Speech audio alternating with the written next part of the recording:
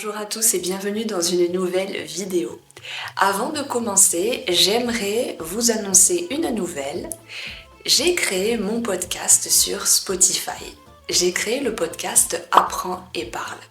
Alors je vais mettre le lien dans la description de cette vidéo ou en commentaire épinglé ici sur YouTube.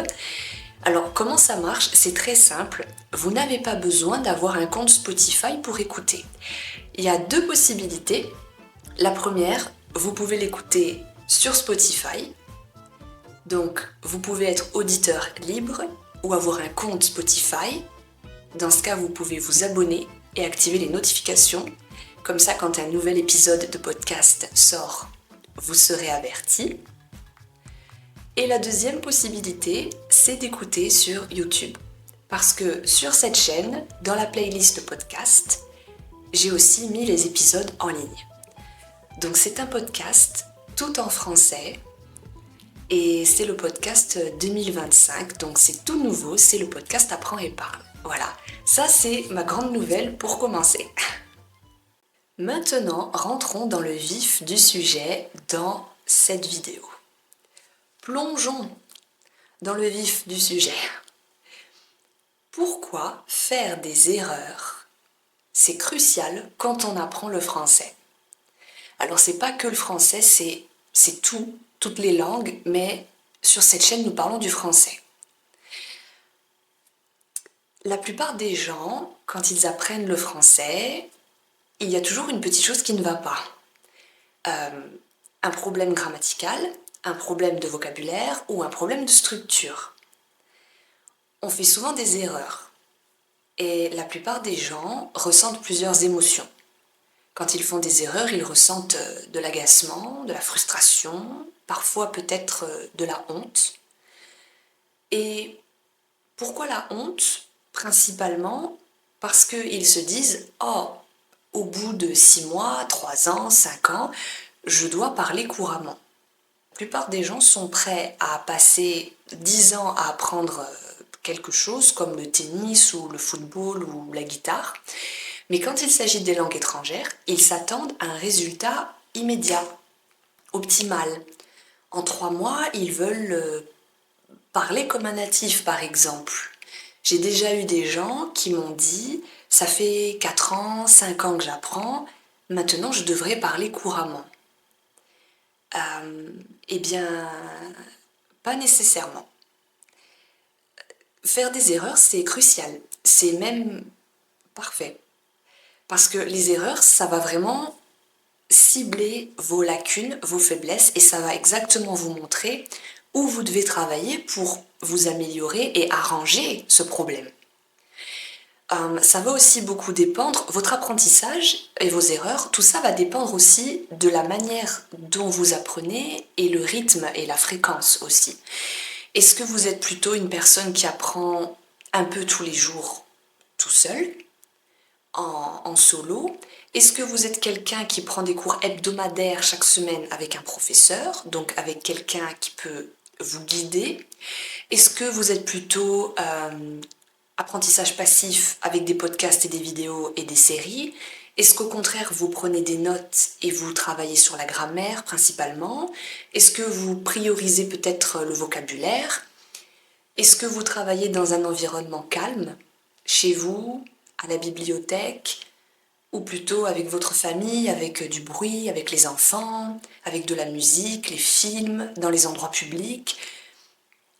Tout ça, votre environnement, ça va vraiment impacter en fait la manière dont vous allez réceptionner l'information et apprendre la langue. Et il y a ensuite les erreurs qui vont arriver, et les erreurs, elles vont vous frustrer, elles vont peut-être aussi vous embarrasser. Mais moi, je vous dis, en tant que professeur, ne soyez pas embarrassés, faites des erreurs. Parce que les erreurs, elles vont vraiment vous aider à cibler vos faiblesses. Grâce aux erreurs, en fait, on peut s'améliorer. Mon conseil, c'est vraiment accepter vos erreurs et embrassez-les et utilisez-les pour justement vous améliorer. Au lieu d'être arrêté par vos erreurs et frustré en pensant « Oh, je vais jamais y arriver. Non, non, non, c'est pas possible. Oh, regarde, dans ce texte, dans cet exercice, j'ai fait 6 erreurs. Ça fait 2 ans que j'apprends et j'y arrive toujours pas. Au lieu de réagir comme ça, de vous bloquer et d'être frustré, ce que je comprends évidemment, mais prenez l'erreur et faites un plan. Ok, j'ai fait une erreur sur l'imparfait. J'ai fait une erreur sur le futur. J'ai fait une erreur avec la grammaire. J'ai oublié comment conjuguer le subjonctif. Utilisez ça pour faire un plan, une carte mentale et vous dire ok, je maîtrise pas du tout le subjonctif, je ne cesse de faire des erreurs. Eh bien, cette semaine, je vais revoir le subjonctif, je vais faire des flashcards, je vais regarder des vidéos, je vais demander à mon professeur, je vais trouver des exercices, je vais cibler le subjonctif et ensuite je vais refaire les exercices et on verra s'il y a toujours autant d'erreurs.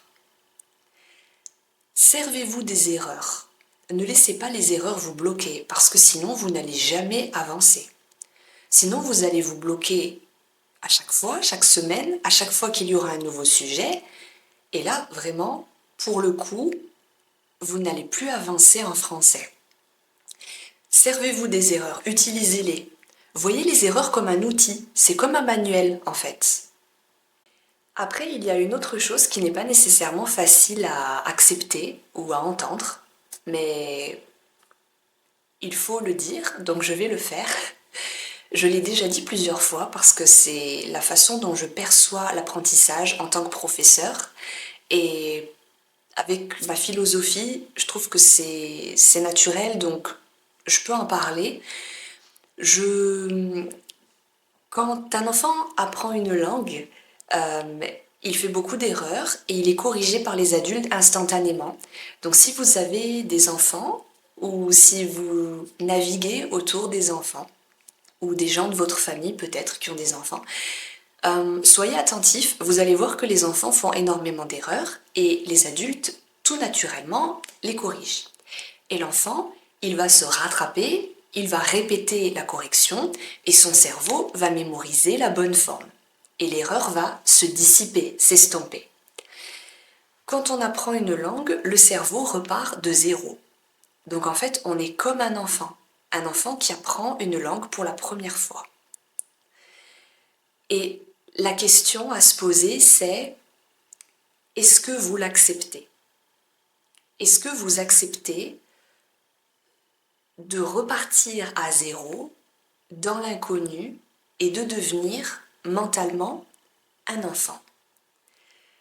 Est-ce que vous acceptez de vous mettre dans la peau d'un enfant, dans la psychologie d'un enfant qui en fait découvre quelque chose de nouveau et de ludique, d'intéressant et qui va vraiment, doucement mais sûrement, apprendre toutes les couches et toutes les bases nécessaires, ces couches qui vont se superposer les unes aux autres et qui vont ensuite donner des bases solides pour consolider un apprentissage sur le long terme. Et ce qui est bien aussi quand on a la chance peut-être de faire des cours individuels ou même des cours de groupe ou d'être dans un club de français, un groupe de français ou d'avoir un professeur pour discuter, faire de la conversation par exemple. C'est-à-dire que vous allez faire une erreur et votre professeur va vous corriger instantanément. Et comme on veut toujours bien faire, on veut vraiment participer, eh bien on va répéter la correction instantanément et le cerveau va mémoriser plus vite. La mémorisation instantanée, je pense que ça existe, vraiment, vraiment, c'est possible, on est capable, je pense, mais ça se fait avec l'interaction, par l'interaction avec les autres en fait. Donc quand on est tout seul, on regarde le corrigé des exercices dans le livre, mais c'est moins stimulant et c'est moins évident de cibler les erreurs.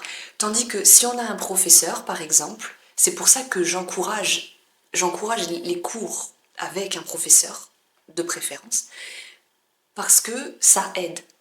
Avoir quelqu'un qui est là, c'est comme un filet de sécurité. Le professeur est un filet de sécurité, c'est un guide. Et le professeur va vous guider, vous expliquer, vous corriger et vous aider. Après, il y a des gens qui sont plus autonomes, ils peuvent le faire tout seuls et c'est parfait, mais l'interaction, ça peut aider. Ça peut grandement aider, oui.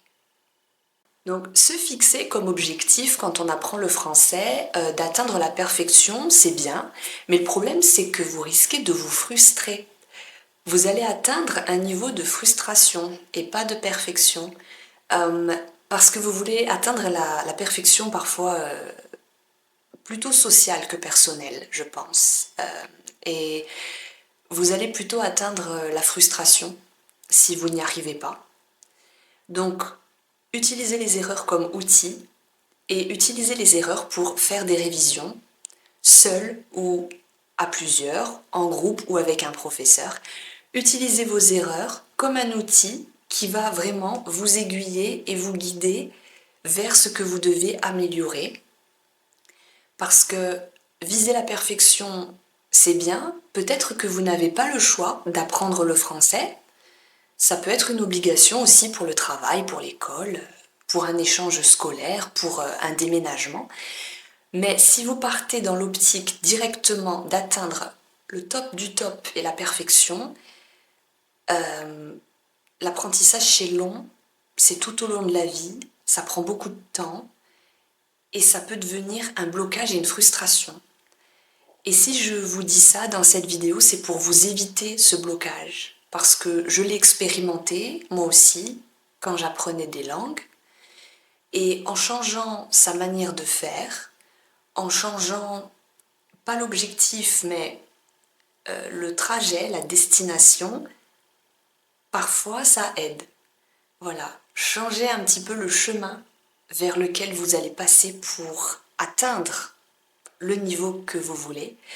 Ça peut faire une grande différence et ça peut tout changer. Aussi, ne négligez pas l'importance des erreurs parce qu'elles vont vous montrer 3 choses principales. La première chose, c'est que vous avancez dans votre apprentissage.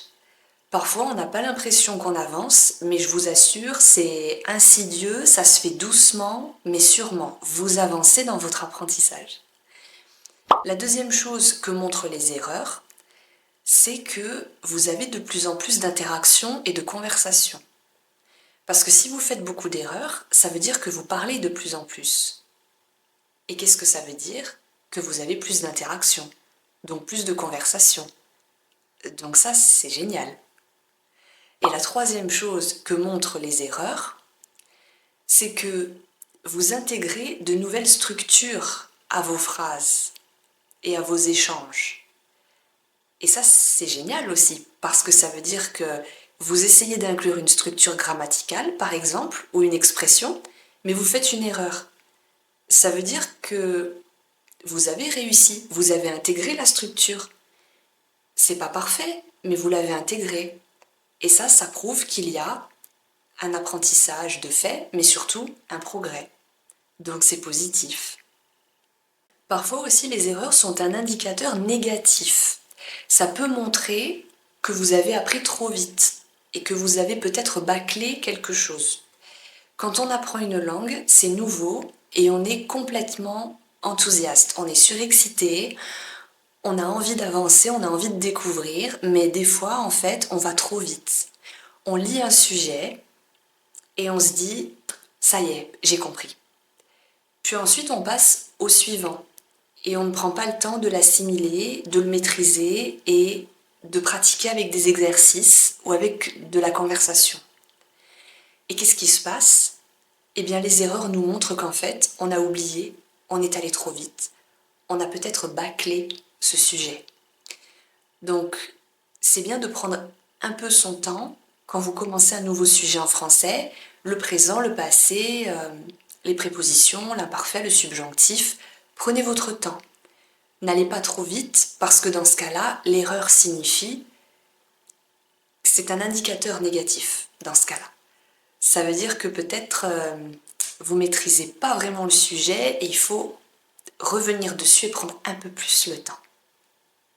Voilà, c'est tout pour moi dans cette vidéo. Je voulais vous montrer à quel point les erreurs, c'est crucial. Je sais que c'est frustrant, je sais que c'est agaçant, je sais que parfois on a peur d'être jugé, je sais que parfois on se sent démotivé, on a l'impression qu'on stagne, on a l'impression qu'on n'avance pas, je sais.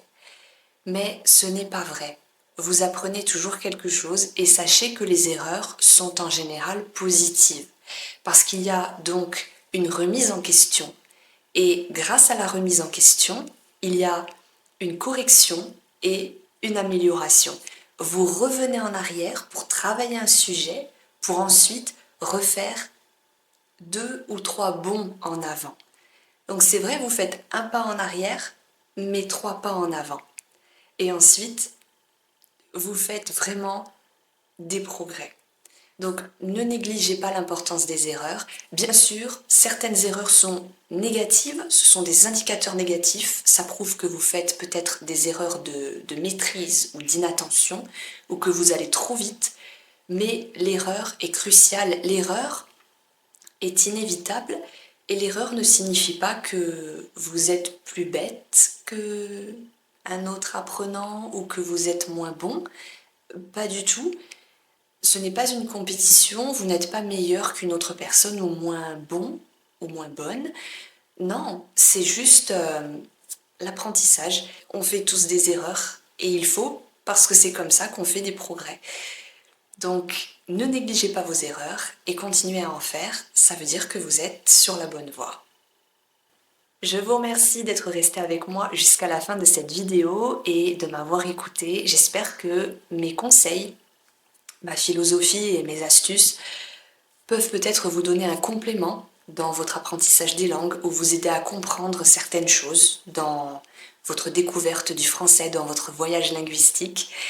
Vous pouvez me suivre ici sur YouTube, activer les notifications pour ne manquer aucune vidéo. Comme d'habitude, me retrouver sur Instagram et découvrir aussi mon podcast sur Spotify ou ici dans la playlist podcast. Je vous remercie, je vous souhaite une très bonne journée ou une très bonne soirée où que vous soyez dans le monde et je vous verrai dans la prochaine vidéo sur cette chaîne sur Apprends et parle. Merci à tous et à très bientôt. Au revoir.